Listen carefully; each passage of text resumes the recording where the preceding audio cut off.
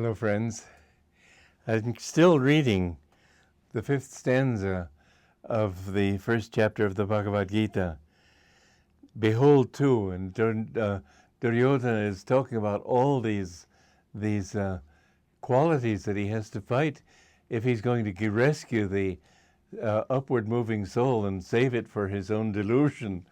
But the higher qualities, I've listed some of them already.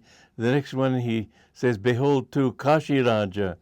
Kashi, when the Ganges, which normally flows downward from the Himalayas, but when it turns back and flows toward the north, that is known as Kashi. The spiritual name of Benares is Kashi because at that point the flow of the Ganges is northward. And I stayed at a place of Ananda in India for a while, which is called Ananda Kashi, because at that point too the river in its bending turns back northward before turning south again. And so Kashiraj is the northward or upward flowing discrimination. And when you try to decide whether a thing will help you or not, whether it'll be good for you or not, this is the point that you must always ask, will it raise my energy or will it lower my energy? The discrimination is not always very clear. A thing seems pleasant, it seems to be giving joy.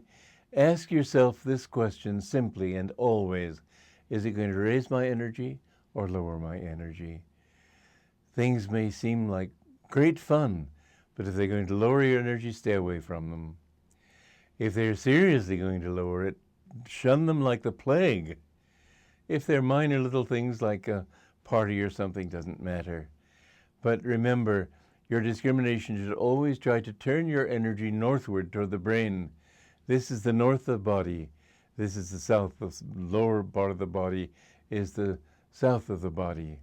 And this is the east of the body. That's why in the Bible, when they speak of we have seen his star in the east, the wise men were coming westward, not going eastward. How do they see it in the east? This is a very deep symbol, and nobody seems to understand the meaning of it. That star is the star in the spiritual eye that the wise men saw, and they followed it eastward because they were following their own eastward direction, which is here. The word in Hebrew for east is kedem, that which stands before or lies before. And this is that part which is before you. The west of the body is the back of the head and the medulla. And in fact, they even say that the direction you point your body in sleep is important. That if you have your head pointing eastward, that will help you to advance spiritually. If you have it westward, you will have more dreams. If you have it southward, you will live longer. Northward can take you out of the body if you're ready for leaving your body.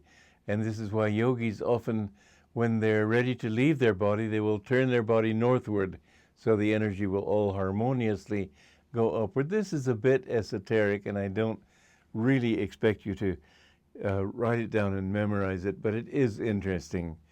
And the thing is that the discrimination of Kashiraj is also that quality which will take you toward God.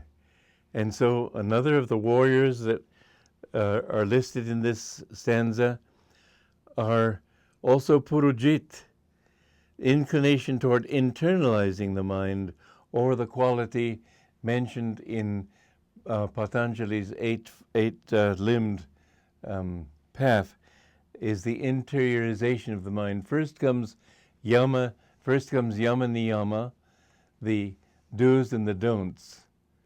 Then comes asana.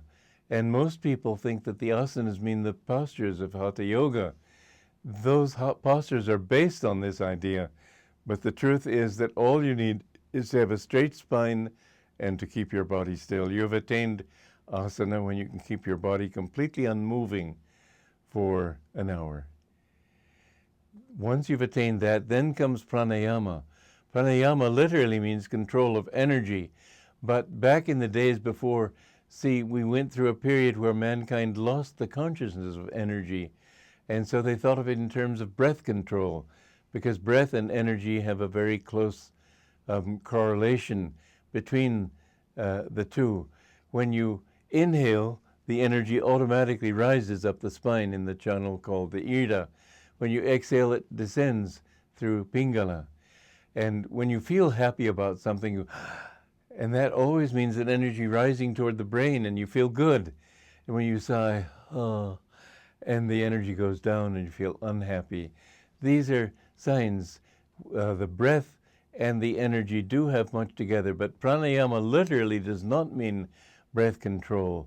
That was from a darker era when people didn't know the meaning of energy. They didn't know of the existence of it. Now we know from science that everything is energy. Matter doesn't exist except as a manifestation of energy. And so when we can learn to raise that energy upward, withdraw it from the outer world and direct it upward, then that is pranayama. And then comes pratyahara, interiorizing of the mind. Now, interiorizing of the mind truly can come only when the energy is withdrawn from the senses, withdrawn from the body, completely centered in the spine. But you can practice it all the time. By anything that you see, try to withdraw your mind from it so that you feel, no, that isn't it. There's this practice in India, neti neti, not this, not that. And if you will practice that, you will find yourself withdrawing from outward involvement bit by bit to the point where you understand that the truth is inside. This is a funny story I've often enjoyed telling about boot camp. During the Second World War, there was a soldier in boot camp who was sort of going around the grounds, picking up pieces of paper, looking at this isn't it, this isn't it.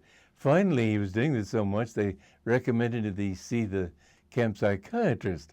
And so he was in the psychiatrist's office, picking up papers off the desk. No, this isn't it, this isn't it. Finally, the psychiatrist, who couldn't get him to even answer him, recommended him for a medical discharge. And as soon as he gave him this discharge paper, he said, this is it. So anyway, when you really understand what it's all about, then you will say, this is it. You will be able to escape. But first comes the rejection. This is not it. This is not it. And pratyahara is that aspect of the mind which withdraws you from this. Anything that you see, tell yourself inwardly, no, this isn't it. Always a part of you should be somewhat withdrawn, observing, if you want to find God. Then he speaks of kuntibhoja, steady, upright bodily posture. This is the third stage on the path of Patanjali, asana. When you can keep your body steady and unmoving and your spine straight, then the energy can flow more easily up the spine. But as soon as your body moves, then you're coming down to it again. So this is a very important thing for meditators. And shaibhya, inner power of adherence to virtue. It takes a certain power to adhere to virtue. This is known as the niyamas. We must have not only that power to reject. There's two aspects to renunciation. One is that I don't want this world, but then what do I want? Unless you can substitute something better for what you're rejecting, you'll be left in limbo. So niyama is an actual power that you must develop, what you need to cling to. Contentment is the most important virtue of all. Santosha. To be completely content in yourself is to not require anything outside. You don't have to go to those parties. You don't have to go to those nightclubs. You don't have to go here, there, and everywhere because you're content in yourself. So this quality of being content in the self, this quality of clinging to good qualities, this is what is meant by shaibhya. And all of these foremost among men, because these qualities are the foremost in the struggle against delusion in your own self. So that finishes Sloka 5, stanza 5 of the Bhagavad Gita, chapter 1. Joy to you.